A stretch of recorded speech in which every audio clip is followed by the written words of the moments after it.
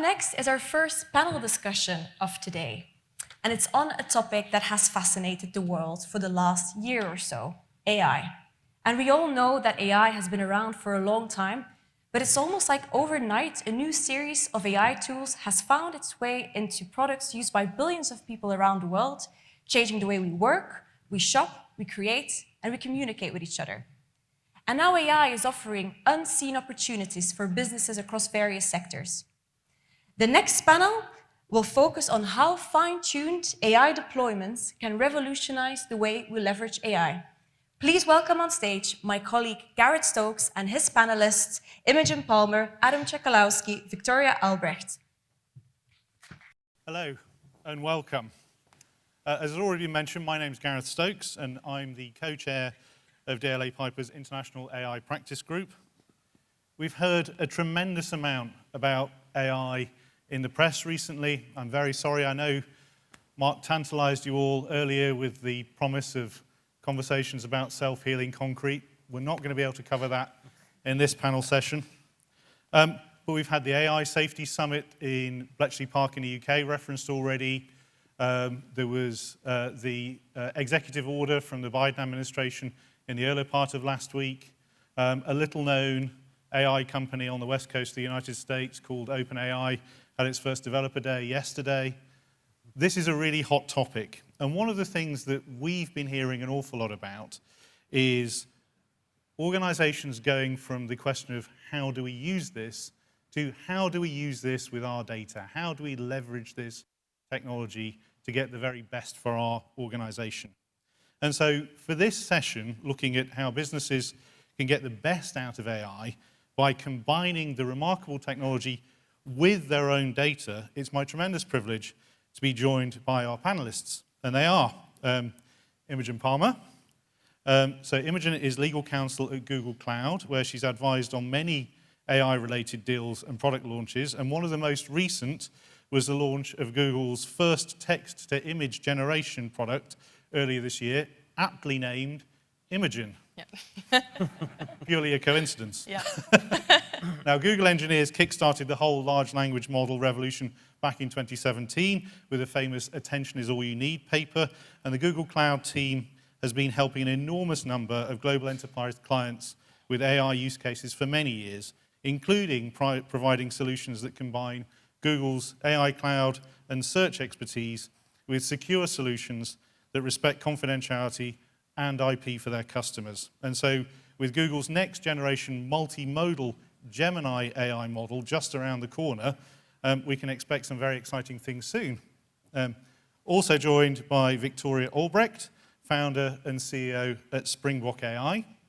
And Springbok AI has been a transformative player in the legal sector since 2017, known to deliver large language model powered solutions that enhance client service, augment capabilities, and enable data-driven decision-making, reaffirming Springbok AI's commitment to equipping legal teams with next-generation AI solutions. The company has recently unveiled a private, secure, and customizable GPT platform tailored for legal professionals, along with a 4-week zero to generative AI roadmap program for clients.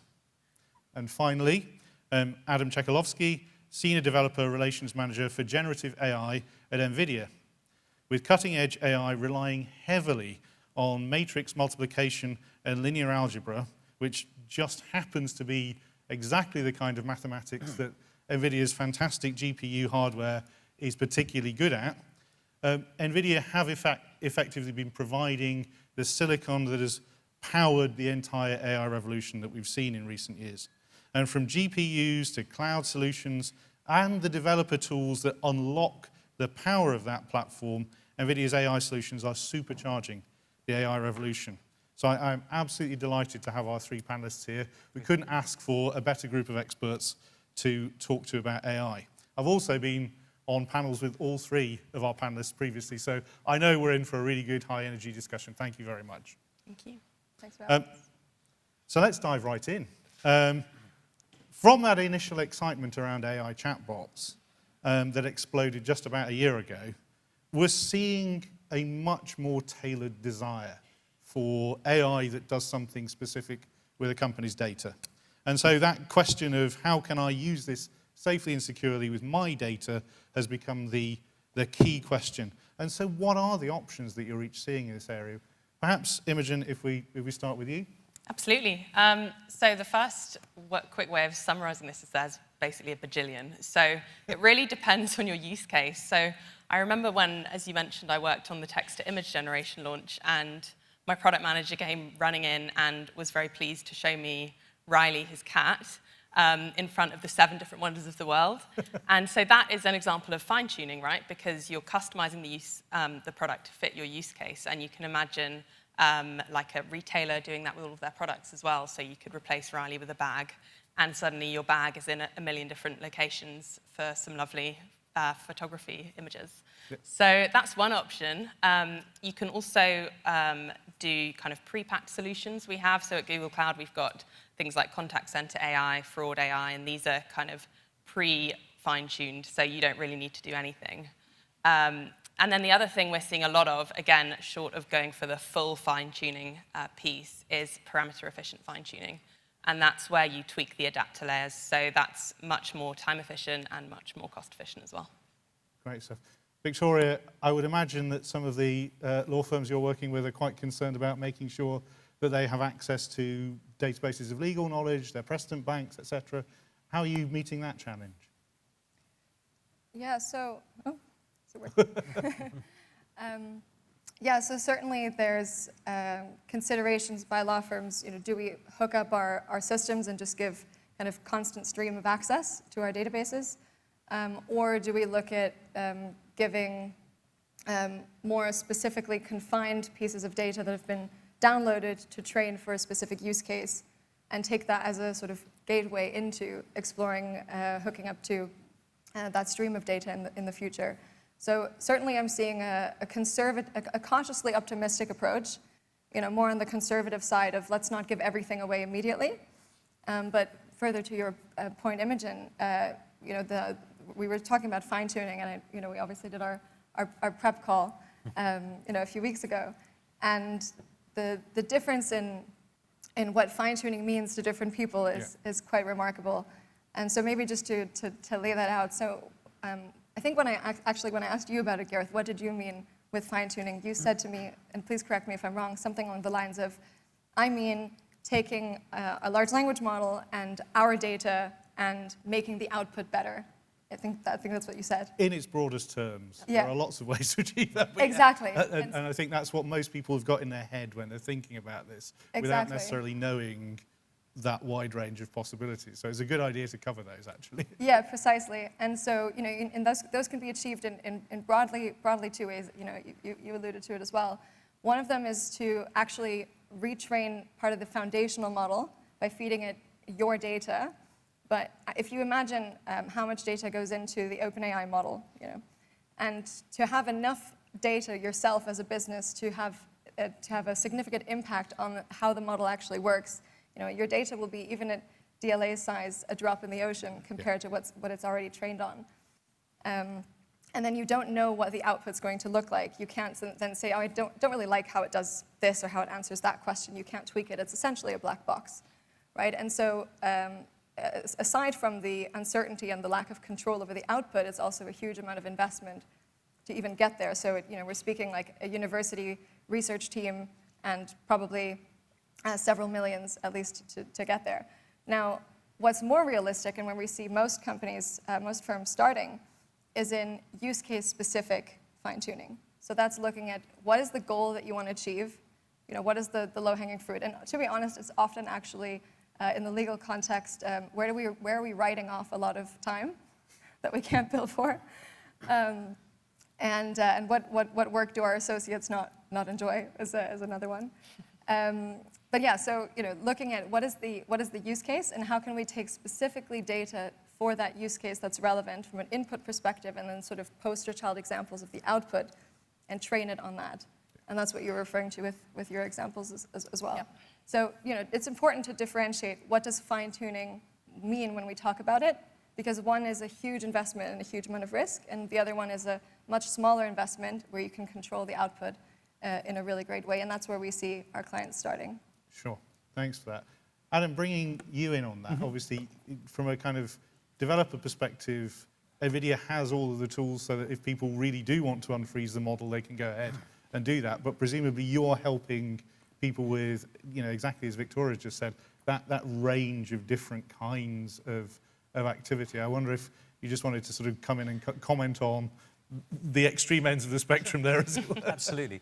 So I mean, we aim to meet organizations and users of large language models and so on wherever they are in the journey. So that can be an API-driven service that you can communicate directly with as a chatbot, but also that is a framework that allows you to start everywhere from pre-training your own model with your own data to taking one of the many available open source models and then fine-tuning that, which involves potentially the unfreezing of the model, but then also the less intrusive approaches, so parameter efficient fine-tuning, adapters and the like. The idea of that framework is to accelerate and optimize all the different steps of that process. I think there's a couple of other really interesting things here, though, in terms of being able to bring your own data into play with a large language model. The whole approach of what's called a retrieval augmented generation basically allows you to link your data within a database, a vector database in this case, to the large language model. And one of the real benefits of that is the ability to keep that information fresh, so close to real time at least in terms of the access of that information, but also to compartmentalize. So back to your question around safety, if you don't want your specific corporate information to leave your control, you can keep all of that sensitive information in the database, but still use a large language model to then interrogate that and effectively to have the information part of the prompt that goes into the large language model and therefore gives that additional context to an answer. And that's really important because people will be, I'm sure, aware of things like hallucinations with models. So again, if you can have citations where you can actually demonstrate where information's come from when a model responds, then that's really useful. And what Imogen was talking about as well with images, we recently partnered with Getty Images, and they've created from scratch a model where all of the images used within it are fully attributable to end users, and they actually get paid royalties. And designed for doing background imagery for marketing and so on. So there are ways to kind of approach that where you can keep some control and also have full confidence in the data that's being used.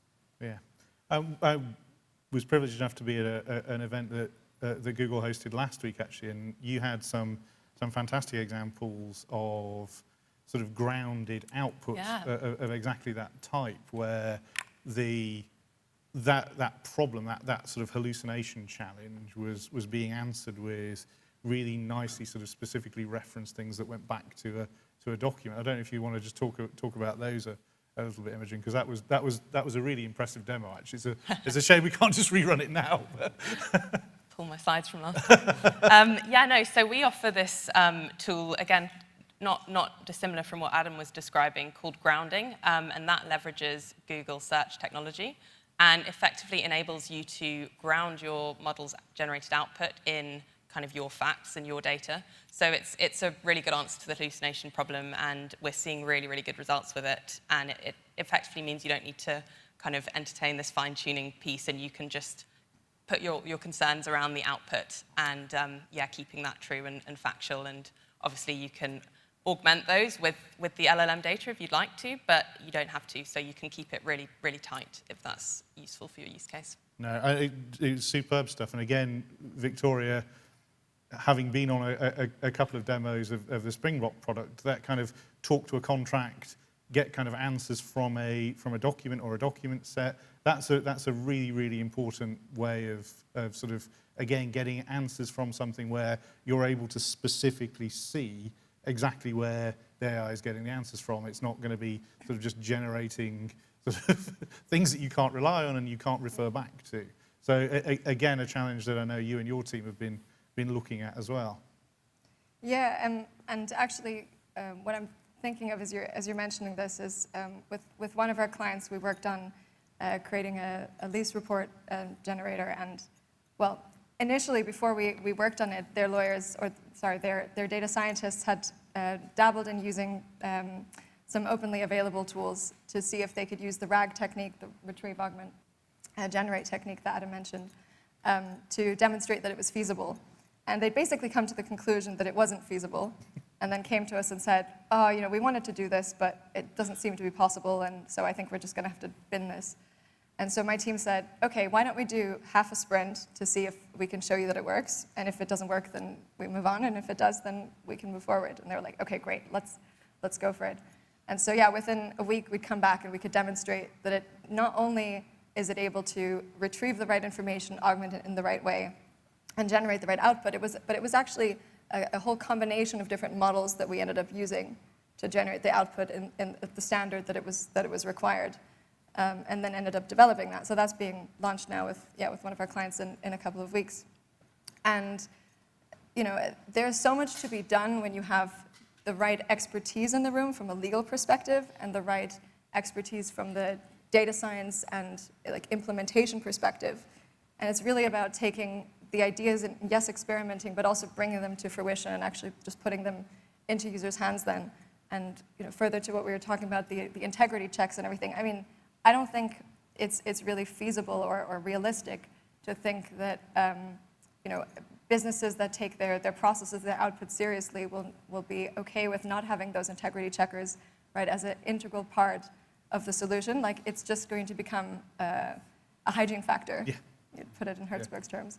So, but there's a huge amount of potential there, so I'm very excited. Yeah, and I suppose, Adam, bringing you in on that, you're obviously very often going into those conversations, I suspect, with developers who are sort of struggling to develop solutions to meet the sometimes wild-eyed demands of the business as well. So how often do you find yourself having to kind of almost mediate between the technologists, the business people, and sort of, help to kind of construct and design solutions that can meet the wider demand there? So I think we focus more on the work that the developer community is doing, but clearly within that the business side of any organisation is hugely important as well in terms of getting their buy-in. And it is sometimes a challenge to bring those two together, because you can have deeply technical people that get very excited about the technology, and somebody has to pay for that at the end of the day as well. So it is definitely a challenge on us to find that balance. And one of the things that we do is to try and streamline that process. So as you mentioned in the kind of the intro, we have a whole suite of different tools that allow you to get the most from the GPUs and other hardware that we make, and also to kind of drive that innovation. So when we were talking about the safety thing, we introduced, for example, an open source toolkit called Nemo Guardrails about 6 months ago.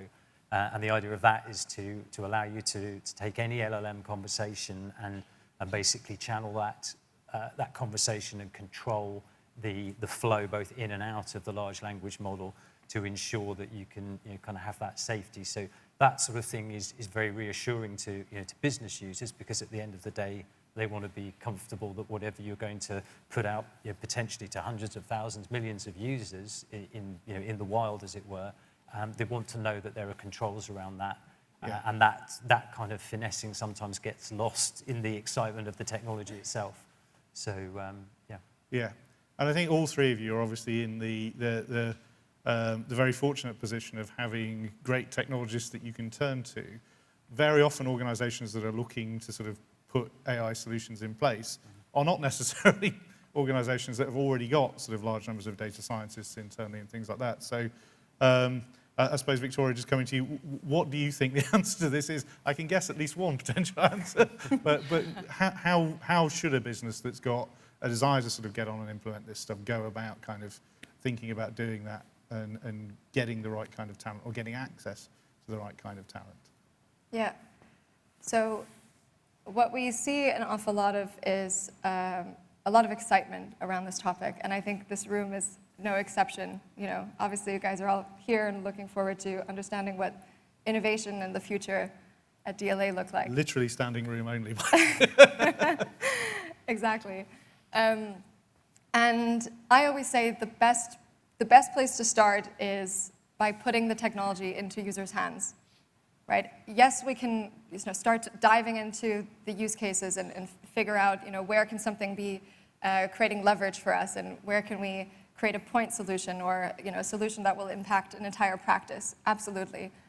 But to increase the adoption of technology once it's actually built, but also just to create a better understanding of the technology in the first place, and to increase the quality of use case ideas that you can generate as a business, the first key step is to put the technology into everybody's hands.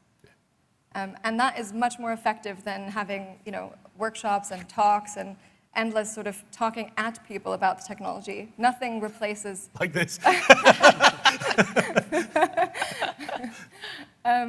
Well... Sorry, Ed.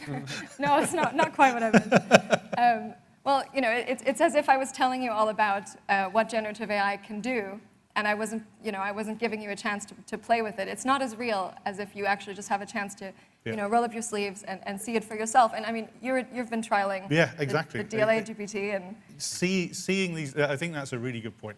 Seeing these things in practice, seeing what you can do, trying out a few of your own use cases, by far and away the best way to, first of all, get the wild-eyed enthusiasts like me even more excited, to sort of get past some of the objections that exist, or get people to sort of suddenly understand what these things can do. Really, really powerful stuff.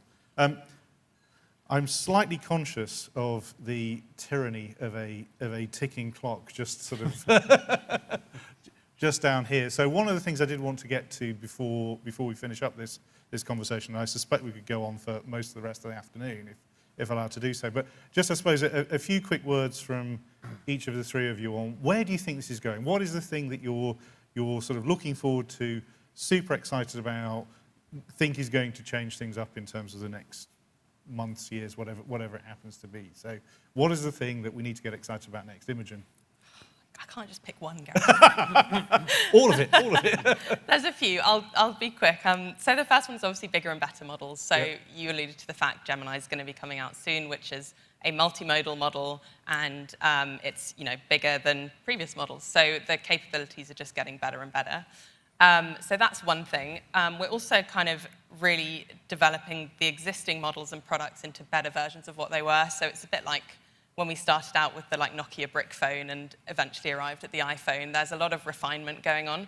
Yeah. So we're starting to see better products as well. And part of that is developing the responsible AI tools and kind of safety tools around that. So the grounding piece, we recently released an invisible watermarking tool as well, which helps you identify AI-generated images. So all of that safety stuff is going to continue as well. And then I think we're going to see a huge uptick, and my friends at CISO friends tell me that they're already seeing it in generative AI cybersecurity attacks as well. Yeah. So we're also going to need some products that can kind of fight the bad generative AI, I suppose, on that front. Yeah.